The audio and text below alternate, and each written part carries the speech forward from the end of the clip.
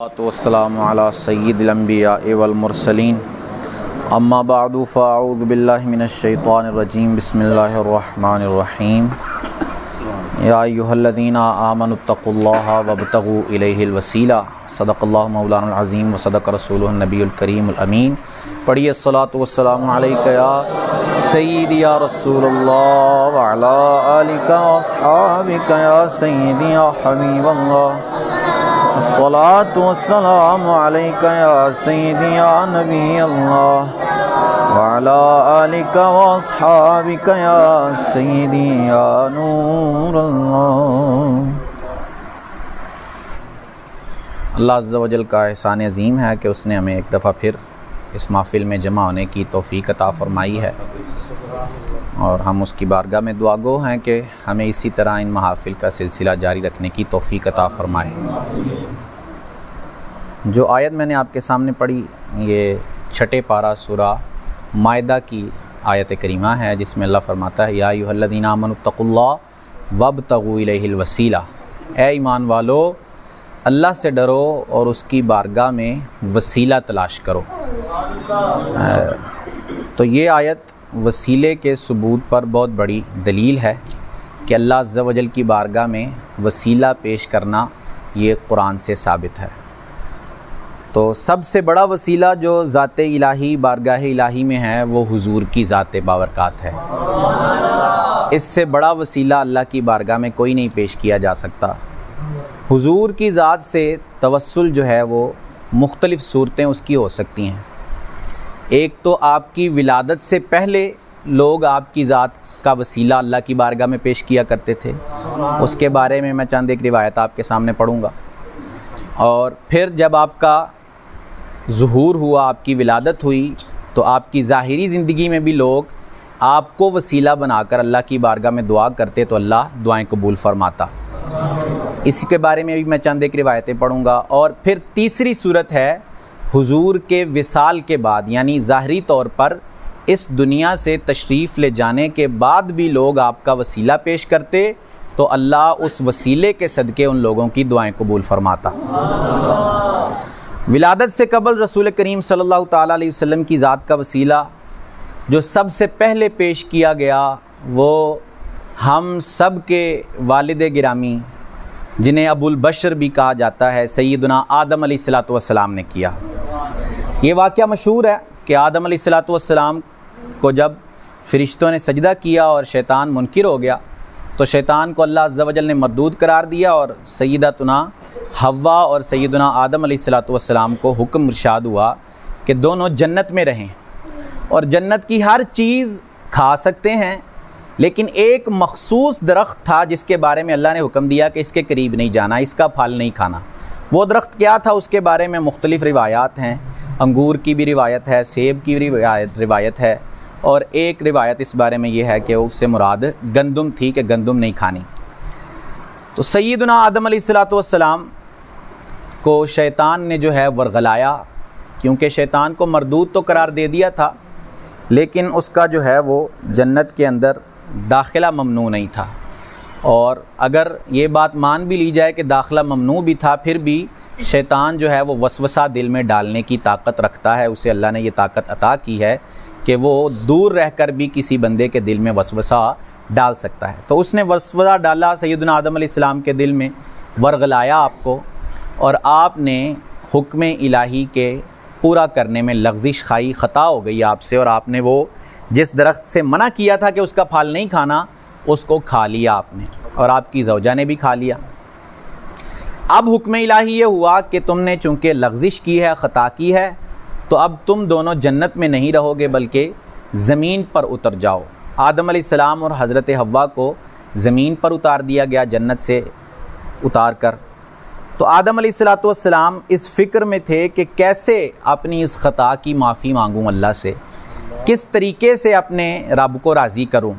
اس کے بارے میں سیدنا عمر اور سیدنا علی رضی اللہ تعالیٰ عنہ سے روایات موجود ہیں، اور اس قدر روایات موجود ہیں کہ یہ صحت کے یعنی صحیح کے درجے کو پہنچ جاتی ہیں روایات۔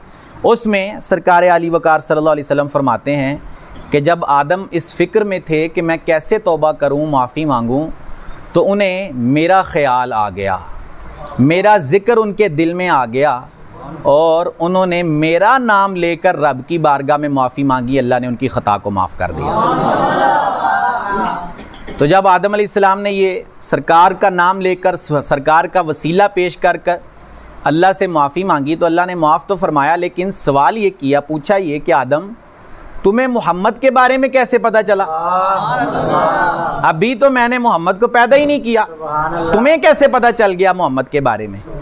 تو آدم علیہ السلام فرماتے ہیں، عرض کرتے ہیں رب کی بارگاہ میں کہ جب تو نے مجھے اپنے دست قدرت سے بنایا اور پھر میرے جسم میں روح پھونکی، تو میں نے پہلی دفعہ جب اپنا سر اٹھایا تو عرش پر لا الہ الا اللہ محمد رسول اللہ لکھا ہوا دیکھا، تو مجھے معلوم ہو گیا کہ جس ذات کا نام اللہ نے اپنے نام کے ساتھ لکھا ہے وہ بڑی عزت اور مرتبے والی ذات ہے۔ اگر میں اس ذات کا وسیلہ پیش کروں گا تو اللہ میری دعا ضرور قبول فرمائے گا۔ تو اللہ نے آپ کی دعا قبول فرمائی اور آپ کی خطا کو معاف فرما دیا۔ پھر اسی طرح یہودی جو اسلام کے سب سے بڑے دشمن ہیں، جب اسلام کا ظہور ہو گیا اس کے بعد سب سے زیادہ دشمنی یہودیوں نے کی ہے اسلام کے ساتھ، لیکن یہ یہودی وہ لوگ تھے کہ جو اسلام آنے سے پہلے، نبی صلی اللہ علیہ وسلم کے دنیا میں تشریف لانے سے پہلے حضور کا وسیلہ دے کر اللہ کی بارگاہ میں فتح مانگا کرتے تھے، جنگ میں اللہ فتح عطا فرما دیتا تھا۔ اس کے بارے میں قرآن مجید میں آیت ہے، اللہ فرماتا ہے وَلَمَّا جَاءَهُمْ كِتَابٌ مِّنْ عِندِ اللَّهِ مُصَدِّقٌ لِّمَا مَعَهُمْ وَكَانُوا مِن قَبْلُ يَسْتَفْتِحُونَ عَلَى الَّذِينَ كَفَرُوا، اور جب ان کے پاس وہ کتاب آئی کہ جو ان کی کتاب کی تصدیق کرتی ہے، یعنی تورات کی، وَكَانُوا مِن قَبْلُ يَسْتَفْتِحُونَ عَلَى الَّذِينَ كَفَرُوا، اور وہ اس نبی کا وسیلہ دے کر اللہ کی بارگاہ میں فتح مانگا کرتے تھے، اللہ انہیں فتح دے دیا کرتا تھا۔ لیکن جب وہ نبی دنیا میں تشریف لے آئے، تشریف آوری ہو گئی، تو پھر یہودیوں نے جو ہے وہ اس نبی کا انکار کر دیا۔ یہ صورت تھی سرکار کی ولادت سے پہلے لوگ آپ کا وسیلہ پیش کرتے تھے۔ پھر حضور جب دنیا میں تشریف لائے ظاہری طور پر، تو آپ کے ظاہری حیات میں بھی لوگوں نے کئی وسیلے اللہ کی بارگاہ میں حضور کے صدقے سے پیش کیے۔ ایک نابینا صحابی حضور کی بارگاہ میں حاضر ہوئے اور عرض کی، یا رسول اللہ آپ میرے لیے دعا کریں کہ اللہ مجھے آنکھیں نصیب فرما دے، اللہ میری بینائی کو لوٹا دے۔ حضور نے کہا کہ اس پر اگر تم صبر کر لو تو میں تمہیں جو ہے وہ جنت کی ضمانت دیتا ہوں۔ اگر تم اپنی اس مشکل پر، اس مصیبت پر جو اللہ کی طرف سے تمہیں ہے صبر کر لیتے ہو تو اس کا اجر جو ہے وہ جنت ہی ہوگا۔ لیکن اس نے عرض کی، نہیں یا رسول اللہ آپ میرے لیے دعا کریں۔ لیکن حضور نے کہا چلو ٹھیک ہے، میں دعا نہیں کرتا، میں تمہیں دعا سکھاتا ہوں کہ دعا کرنی کیسے ہے، تم خود ہی دعا کرو، اللہ ضرور تمہاری دعا قبول کرے گا۔ سرکار نے اس کو جو دعا کے کلمات سکھائے وہ یہ تھے کہ تم اللہ سے اس طرح مانگو کہ اے اللہ میں تیرے نبی کے وسیلے سے تجھ سے مانگتا ہوں، میری دعا قبول کر لے۔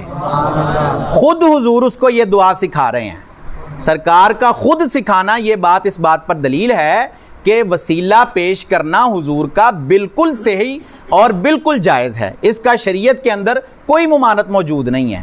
تو اس صحابی جو نابینا تھے انہوں نے حضور کے صدقے وسیلے سے اللہ کی بارگاہ میں دعا کی، ابھی ہاتھ نیچے نہیں آئے تھے اللہ نے ان کی بینائی واپس فرما دی، انہیں آنکھیں عطا فرما دیں۔ کہ حضور کا وسیلہ جو ہے وہ بندے کو ہر طرح کی پریشانی سے نجات دلا دیتا ہے۔ وہ شاعر کہتا ہے کہ میرے پاس کچھ بھی نہ تھا روز محشر، میرے پاس کچھ بھی نہ تھا روز محشر، نبی کا وسیلہ ہی کام آ گیا ہے۔ حضور کا وسیلہ ہی کام آ جائے گا کہ اللہ ہماری وسیلے کے صدقے مدد فرما دے گا۔ پھر حضور کے وصال کے بعد بھی لوگ سرکار کا وسیلہ پیش کرتے رہے ہیں۔ کبھی حضور کے وسیلے سے بارش مانگتے ہیں، اللہ بارش عطا فرما دیتا ہے۔ کبھی حضور کے وسیلے سے دعا کرتے ہیں کہ قحط سالی دور ہو جائے، اللہ قحط دور فرما دیتا ہے۔ کبھی کوئی مشکل آتی ہے تو حضور کا وسیلہ پیش کر مانگ کرتے ہیں، اللہ ان کی دعا کو پورا فرما دیتا ہے۔ وصال کے بعد سیدنا عمر رضی اللہ تعالیٰ عنہ کے زمانے میں ایک دفعہ مدینے میں قحط پڑ گیا، تو سیدنا عمر رضی اللہ تعالیٰ عنہ نے حضور کے وسیلے سے یہ دعا مانگی کہ یا اللہ اس قحط کو دور فرما اور ہمیں بارش عطا فرما۔ یہ دعا مانگی۔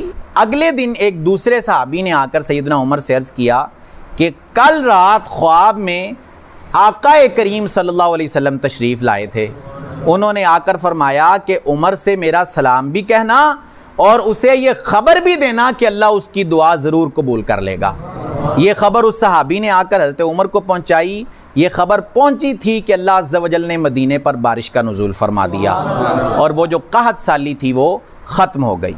تو ولادت سے قبل ہو، ولادت کے بعد ہو، وصال کے بعد ہو، ہر طور پر رسول کریم صلی اللہ علیہ وسلم کا وسیلہ پیش کرنا جائز، اور تمام امت کا یہ اتفاق اور طریقہ رہا ہے کہ امت ہمیشہ سے اپنے نبی کا وسیلہ پیش کرتی رہی ہے اور اپنے نبی کے وسیلے سے مانگتی رہی ہے اور اللہ انہیں عطا کرتا رہا ہے۔ یہ آج پتہ نہیں کہاں سے نئے لوگ نکل آئے ہیں جو کہتے ہیں کہ نبی کا وسیلہ پیش کرنا جائز نہیں ہے۔ اگر وہ وسیلہ نہ ہو تو ڈائریکٹ اللہ کی بارگاہ سے بندے کو کچھ مل ہی نہیں سکتا کہ بخدا خدا کا یہی ہے در۔ اللہ کہتے ہیں بخدا خدا کا یہی ہے در، نہیں اور کوئی مفر مکر جو وہاں سے ہو یہیں آ کے ہو، جو یہاں نہیں وہ وہاں نہیں۔ یعنی جسے اللہ کی بارگاہ سے بھی کچھ چاہیے تو اسے ادھر آنا پڑے گا، سرکار کی بارگاہ میں حضور کا وسیلہ پیش کرنا پڑے گا، پھر اللہ کی بارگاہ سے اسے کچھ مل سکتا ہے۔ لیکن جو یہاں نہیں، جس کو حضور کی بارگاہ سے دھتکار دیا جائے، جو یہ کہے مجھے حضور کے وسیلے کی ضرورت نہیں، تو جو یہاں نہیں وہ وہاں نہیں، اسے اللہ کی ذات سے بھی کچھ نہیں مل سکتا، اسے رب کی بارگاہ سے بھی کچھ حاصل نہیں ہو سکتا جو بندہ یہ کہے کہ مجھے حضور کے وسیلے کی ضرورت نہیں ہے۔ حضور کے وسیلے کی ضرورت ہمیں پیدا ہونے سے لے کر قیامت تک حضور کے وسیلے کی ضرورت ہے، اور قیامت کے بعد بھی حضور کے وسیلے کی ضرورت پڑے گی کہ حضور شفاعت فرمائیں گے تو ہم جنت میں داخل ہو جائیں گے۔ ہر وقت میں ہر قدم پر سرکار کے وسیلے کی، سرکار کے کرم کی حاجت ہے۔ ہم پیدا ہوئے، اللہ عز و جل نے ہمیں انسان بنایا، یہ کتنا بڑا فضل ہے اللہ کا۔ تو یہ کس کے وسیلے سے ہوا؟ نبی کے وسیلے سے ہوا ہے، کیونکہ اللہ نے فرمایا کہ اگر محمد کو بنانا مقصود نہ ہوتا تو میں اپنا رب ہونا ہی ظاہر نہ کرتا، تو انسان کہاں سے وجود میں آتے؟ تو یہ سرکار کے وسیلے سے اللہ نے ہمیں انسان بنایا۔ پھر انسان بنانے کے بعد اللہ نے ہمیں کافر نہیں بنایا، مسلمان بنایا۔ یہ کس کا وسیلہ ہے؟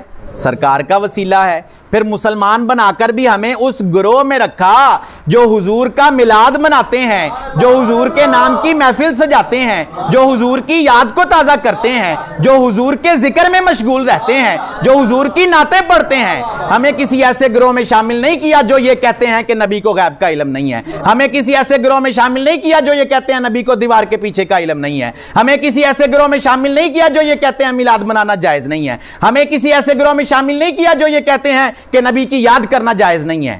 نہ ہمیں اس گروہ میں رکھا، یہ بھی اس کا فضل و احسان ہے۔ اور یہ فضل و احسان کس کے وسیلے سے ملا ہے؟ حضور کے وسیلے سے ملا ہے کہ لا ورب العرش، جس کو جو ملا ان سے ملا۔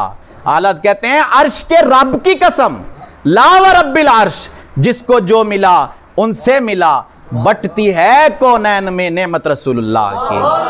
حضور کا وسیلہ ہی سب کو ملتا ہے، سرکار کے وسیلے کے بغیر کسی کو کچھ حاصل نہیں ہو سکتا۔ تو ہر وقت جب دعا کریں تو سرکار کا وسیلہ پیش کریں، پریشانی آئے تو حضور کے وسیلے سے دعا کریں۔